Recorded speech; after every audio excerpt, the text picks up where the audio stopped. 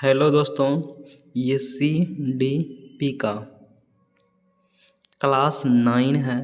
जो बच्चे क्लास मेरा नहीं देखे हैं वह जाकर पीछे जाकर आप देख सकते हैं क्लास को। तो आज हम लोग पढ़ेंगे नैतिकता विकास का सिद्धांत, लॉरेंस कोहलबर्ग ने दिया। ये सीटेट पूछ सकता है सीटेट एग्जाम में, नैतिकता विकास का सिद्धांत किसने दिया है? तो कोहलबर्ग ने दिया है। एक कंसेप्ट हो गया। लॉरेंस कोहलबर्ग अमेरिका के मनोवैज्ञानिक थे। नैतिकता क्या है? नैतिकता देखिए, सही और गलत के बारे में जो व्यक्ति जान गया ना, उसको समझ जाएगी इसके पास नैतिकता है। लेकिन आजकल गाँव समाज में जानते हैं कि ये गलत है, फिर भी वही काम करते हैं। तो वही है नैतिकता। यह वह गुण है जिससे हमें सही और गलत की पहचान होती है। अब हम लोग हिंज के बारे में जानते हैं। हिंज एक व्यक्ति का नाम था। वो अपनी ज़िंदगी के पूरा मेहनत से एक दवाई बनाते हैं, और वह दवाई जो पी लेगा वो अमर हो जाएगा। उसका मन जो खराब है ना वो ठीक हो जाएगा, बीमारी ठीक हो जाएगा। तो गाँव में एक की पत्नी का मन खराब हो गया, एक आदमी की पत्नी का। वही हिंज के पास गए और हिंज बोला कि हम आपको दवाई नहीं दे सकते हैं, क्योंकि हम अपनी पूरा ज़िंदगी की मेहनत से दवाई बनाए हैं। तो मना कर दिया दवाई देने से। तो जिस व्यक्ति के पत्नी का मन खराब था, मन बीमारी था, वह जाके हिंज का दवाई चुरा लेते हैं और हिंज को पुलिस पकड़ेगा। पुलिस तो वीडियो यहाँ पे है ना, कहानी हो गया हिंज का ख़त्म। अब इससे आगे पढ़ते हैं, नेक्स्ट पढ़ते हैं। अब नेक्स्ट है कोहलबर्ग नैतिक विकास सिद्धांत के 3 लेवल है। कितने लेवल है? 3 लेवल है। इसको दोस्तों इंग्लिश में पढ़ते हैं। प्री कन्वेंशनल स्टेज, प्राक रूढ़िगत नैतिकता का स्तर। प्री कन्वेंशनल स्टेज, जिसमें बच्चा नैतिकता के बारे में नहीं जानते हैं, कौन सही है कौन गलत है। कन्वेंशनल स्टेज, इसमें बच्चे समाज के अनुसार काम करते हैं, और इसमें बच्चे में नैतिकता आ जाते हैं। समाज में क्या सही है क्या गलत है उसके अनुसार बच्चे काम करते हैं। जो काम अच्छा है वही काम करते हैं, कानून को मानते हैं। और उत्तर रूढ़िगत नैतिकता, पोस्ट कन्वेंशनल स्टेज में बच्चे अपने मन के अनुसार काम करते हैं। प्री कन्वेंशनल स्टेज में बच्चे के बारे में नैतिकता होता ही नहीं है, और कन्वेंशनल स्टेज में बच्चे समाज के अनुसार काम करते हैं। जो समाज बोल देगा ये गलत है तो हाँ ये गलत है, वो काम कभी नहीं करेगा। और पोस्ट कन्वेंशनल स्टेज में बच्चे वही काम करेगा जो उसके मन में होगा, जो उसको लगेगा सही है तो सही है, गलत है तो गलत है। जैसे भगत सिंह के बारे में आप लोग जानते होंगे, वो किस में था? Post conventional stage. उसको जो लगता था ये सही है तो सही काम करता था, आंदोलन करता था। जो अंग्रेज लोग यहाँ के लोगों को सताता था उसको बंदूक से मार देते थे, इसलिए भगत सिंह को फांसी हो गया। तो दोस्तों समझ गए ये समाज के अनुसार है, ये समाज से नीचे हैं और ये समाज से ऊपर है। तो इन तीनों को याद रखिएगा। नेक्स्ट है प्री कन्वेंशनल स्टेज में बच्चा की कितनी उम्र है? 10 वर्ष। 6 से 10 वर्ष के बीच में बच्चे हैं, और बच्चे में नैतिकता नहीं होता है। छोटे बच्चे में नैतिकता नहीं होता, जानते होंगे। जब बच्चे 4 साल के होते हैं वो अपने मम्मी और पापा को भी मारने लगते हैं। बच्चे चाहे कोई भी क्यों ना हो, उसके गाल में एक थप्पड़ खींच देगा, क्योंकि बच्चे में सही गलत का ज्ञान ही नहीं है। तो हम लोग पढ़ते हैं प्री कन्वेंशनल स्टेज में, इसको सही से याद रखिएगा। जैसे दंड और पनिशमेंट, पनिशमेंट एंड ओबीडियंस, दंड और आज्ञा। देखिए जो बच्चे प्री कन्वेंशनल स्टेज में है, ऐसे बच्चे जो है या तो उसको मारेंगे तभी वो नैतिकता दिखाएगा। कहते हैं कि आज है ना तो अपना होमवर्क करके आना, नहीं तो तुमको मारेंगे। तो बच्चा डर से होमवर्क करते हैं, आज्ञा का पालन करते हैं, और आज्ञा देते हैं कि है तुम्हें ना कल होमवर्क करके आना।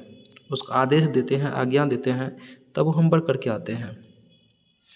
और मान लीजिए आपके घर पे मेहमान आते हैं और कोई बच्चा आपसे 10 वर्ष से नीचे हैं, कहते हैं मेहमान आने वाले हैं उसको प्रणाम करना है, तो बच्चे प्रणाम करता है। तो कैसे नैतिकता दिखाते हैं? या तो डर से दिखाएगा, दंड से, या तो आज्ञा से। क्योंकि बच्चे में नैतिकता नहीं होता है। इससे पहले हम बता चुके हैं आप लोगों को, इसको याद रखिएगा। प्री कन्वेंशनल स्टेज के बच्चे को नैतिकता नहीं होते हैं। बच्चे की नैतिकता दंड और आज्ञा पर निर्भर करते हैं। बच्चे के पास नैतिकता है ही नहीं, सही गलत का ज्ञान तो नहीं करते हैं, तो इसलिए उसको मारेंगे तभी वो नैतिकता दिखाएगा। नेक्स्ट है, दूसरा है इंस्ट्रूमेंटल रिलेटिविस्ट इंडिविजुअलिज्म। इनको याद रखिएगा। साधारणात्मक, सापेक्ष तथा उन्मुखता। हिंदी में याद नहीं होगा। इसको जैसे को तैसे की अवस्था भी कहते हैं। अगर 10 वर्ष का कोई बच्चा है, कहीं पर उसको लड़ाई हो जाता है, मान लीजिए वो एग्ज़ाम देने जा रहा है बच्चा, मान लीजिए उसको लड़ाई हो गया, बोला आज तुमको मार के ही हम एग्ज़ाम में जाएंगे, यानी कि उसी को जैसे की तैसे अवस्था कहते हैं। अगर मान लीजिएगा ऐसे बच्चे को, 2 बच्चा है, ऐसे जैसे को तैसे की अवस्था में 2 बच्चा है मान लीजिए। अगर एक बच्चा, अगर उसको पेंसिल नहीं, आप उसको पेंसिल दे दीजिएगा तो आपको लिखने के लिए कॉपी दे देगा। अगर उसको है ना आप एक मुक्का मार लीजिएगा तो वह भी आपको एक मुक्का मार लेंगे। जब 2 बच्चा है समाज में, स्कूल में मान लीजिए 2 बच्चा है, एक बच्चा अगर उसको खाने के लिए देगा तो दूसरा बच्चा इसको बिस्किट दे देगा। आप रोटी खाने के लिए दीजिएगा तो अभी बिस्किट देगा। तो बच्चा किस में है? इंस्ट्रूमेंटल रिलेटिविस्ट इंडिविजुअलिज्म में है वो बच्चा। और जब बच्चा मार के, जैसे पनिशमेंट और ओबीडियंस जब आज्ञा दिखाएगा बच्चे, तो इसके 2 भाग है प्री कन्वेंशनल स्टेज के। तो ये दोनों दोस्तों समझ गए होंगे।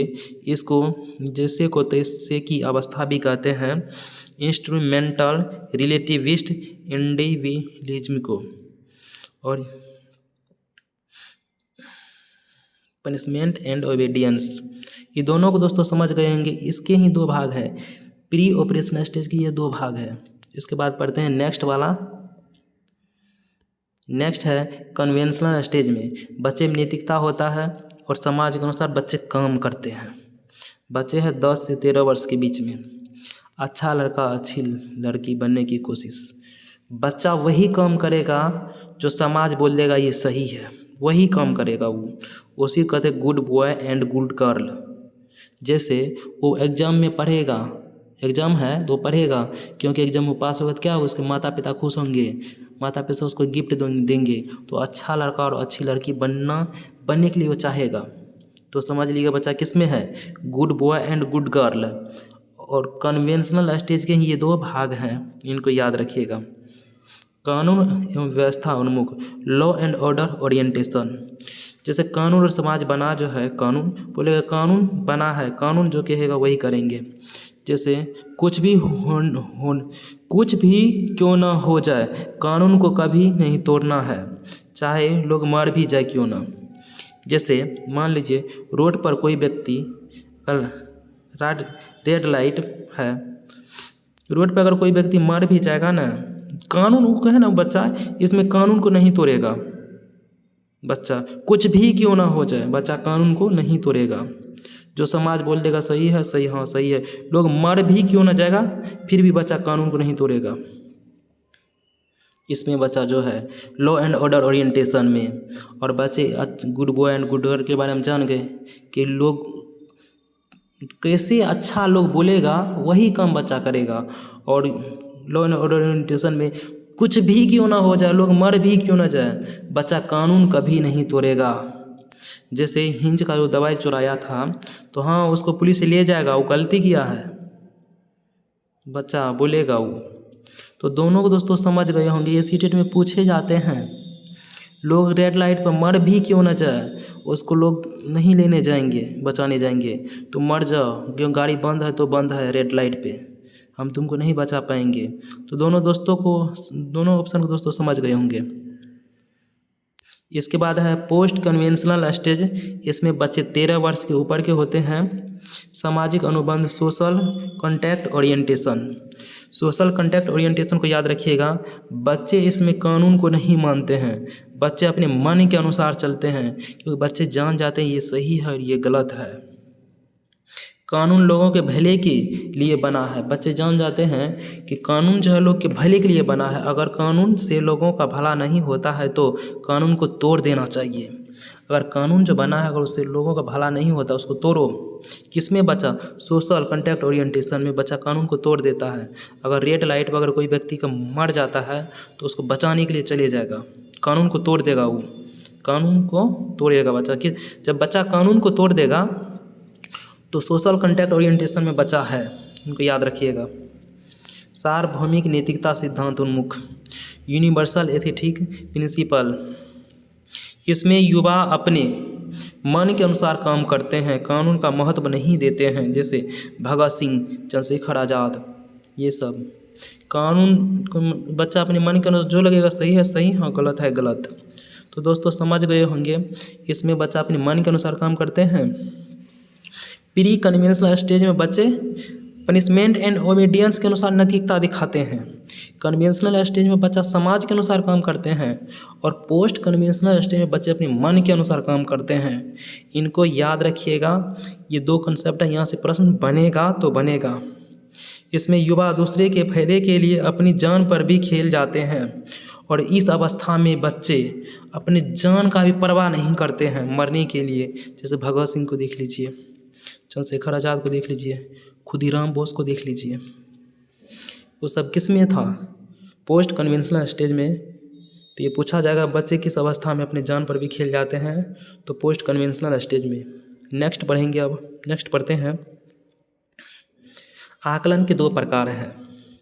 रचनात्मक आकलन, रचनात्मक आकलन वो है जैसे क्लास में पढ़ाते समय बच्चे को पूछ लेते हैं बताओ बिहार की राजधानी कहाँ है, तो बच्चा बता देते हैं, उसी कहते हैं रचनात्मक फॉर्मेटिव असेसमेंट।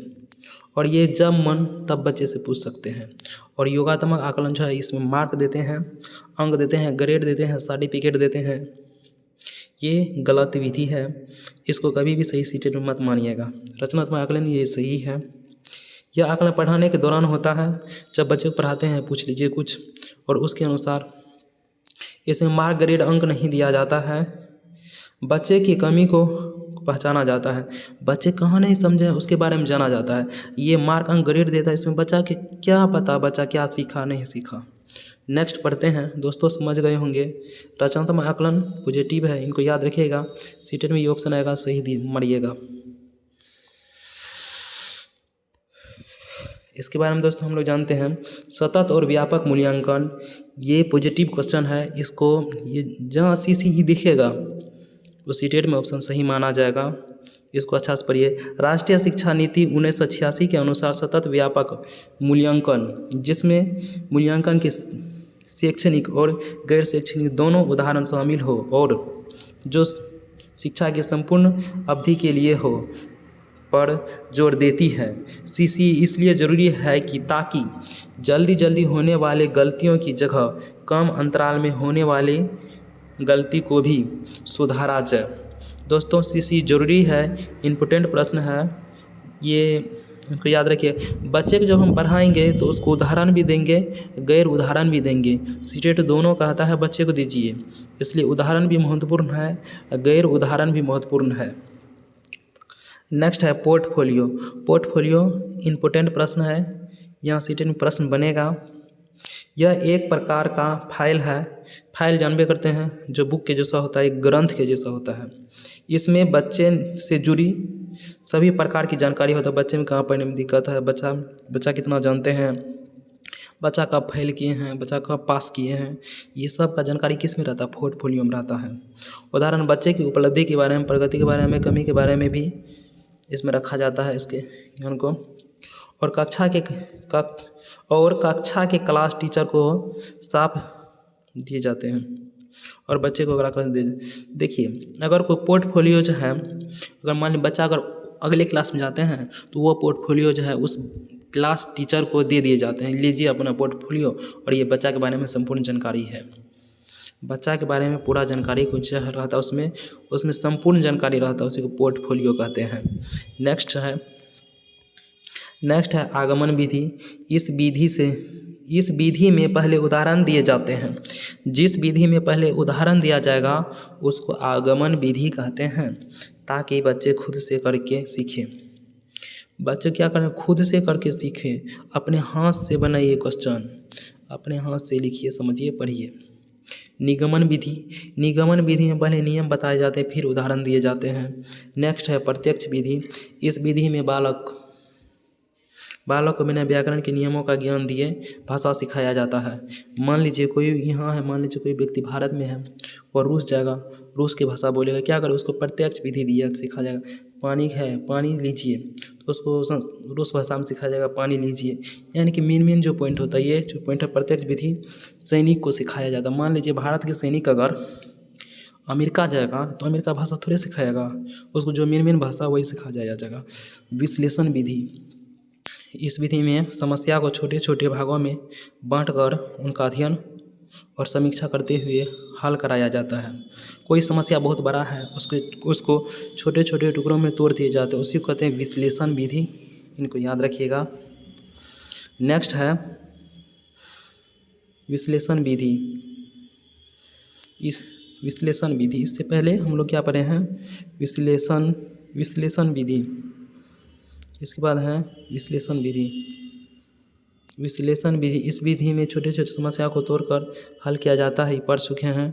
अनुकरण विधि, अनुकरण विधि, इस विधि में बच्चे अपने शिक्षक का अनुकरण करके सीखते हैं, नवीन रचना करना सीखते हैं। इनको याद रखिएगा। व्याख्यान विधि, ये गलत विधि है। लेक्चर मेथड, ये बच्चे के लिए इम्पोर्टेंट नहीं है, ये युवा के लिए इम्पोर्टेंट है। इस विधि में तथ्य को विषय की व्याख्या की जाती है। ये विधि बच्चे को कभी मत पढ़ाइएगा इस विधि से। दोस्तों वीडियो हो गया ख़त्म। लाइक करें, सब्सक्राइब करें, शेयर करें। जहाँ नहीं समझते वहाँ कमेंट्स करिएगा, हमको बताइएगा, सपोर्ट करें। नोट्स ज़रूर बनाइएगा आप लोग। पढ़ने से पहले आप लोग लीड पेन कॉपी लेके बैठ जाइए, पेन लेकर के, और वीडियो आप लोग लिखना चालू कर दीजिएगा, नोट्स बनाना। कमेंट्स ज़रूर करिए आप लोग।